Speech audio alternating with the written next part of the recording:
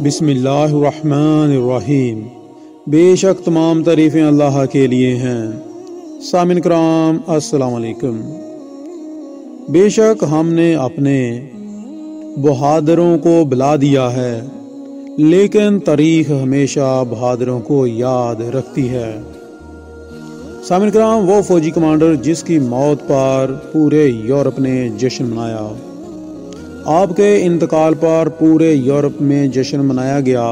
Europe والوں نے آپ کی قبر کے پاس آ کر رقص کیا، شراب پیتے رہے اور کہنے لگے اب کسی کا خوف نہیں رہا۔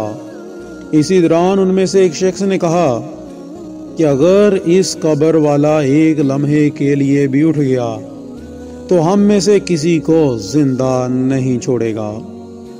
سامعین کرام، اس مشہور عسکری کمانڈر کا نام حاجب منصور تھا۔ ویڈیو میں مزید آگے بڑھنے سے پہلے میں اپنے نئے آنے والے سامعین کرام سے گزارش کرنا چاہوں گا کہ جن لوگوں نے ہمارے اس چینل کو ابھی تک سبسکرائب نہیں کیا ہے وہ مزید تاریخی واقعات دیکھنے کے لیے ہمارے اس چینل کو سبسکرائب کر کے ساتھ موجود بیل کے آئیکن کو دبا دیں تاکہ آپ لوگوں کو ہماری ویڈیوز ملتی رہیں۔ سامعین کرام، تاریخ اس کا ذکر کرتے ہیں کہ جب کمانڈر حاجب منصور کا انتقال ہوا تو یورپ میں جشن منایا گیا۔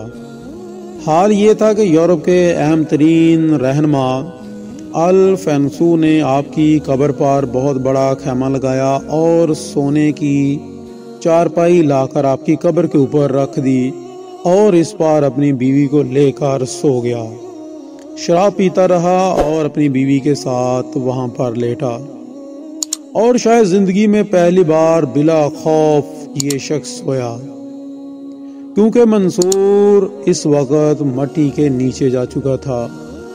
اس موقع پر فنسو نے کہا آج خوشی کا دن ہے، آج ہم مسلمانوں کی مملکت پر قبضہ کر لیا ہے ہم نے، اور ان کے سب سے بڑے سپہ سالار کی قبر پر میں بیٹھ گیا ہوں۔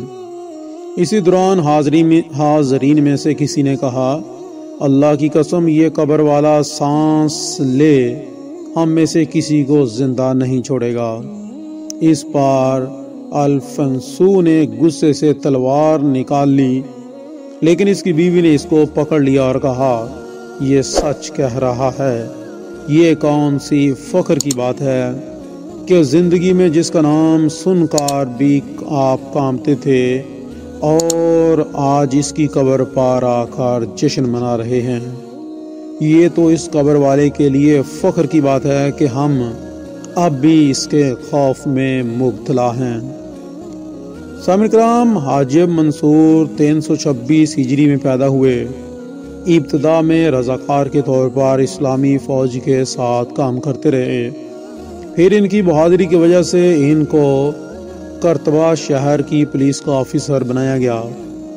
اس کے بعد ان کی ذہانت کی وجہ سے ان کو حکمران کا مشیر منتخب کیا گیا، جہاں تک کہ گورنر بن گئے، اور آپ نے تقریباً 52 معرکوں میں اسلامی فوج کی قیادت کی، اور یہ وہ معرکے ہیں جن میں کسی ایک میں بھی آپ کو شکست نہیں ہوئی۔ حاجب منصور کی قیادت کا مطلب ہی جنگ جیتنا تھا۔ ان کے قدموں نے ایسی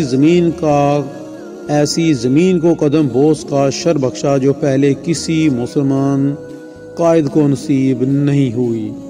آپ نے سب سے بڑی فتح لیون کی جنگ میں ہے، جس میں آپ نے یورپی اتحادی فوج سے لیون میں ٹکر لی اور اس کو عبرتناک شکست دے کر کئی ملکوں کے سربراہوں کو قتل کیا اور ان کی افواج کو بھیڑ بکریوں کی طرح ہانک کر قید بنا لیا، اور فتح کے بعد حکم دیا کہ پورے شہر میں اذان دی جائے۔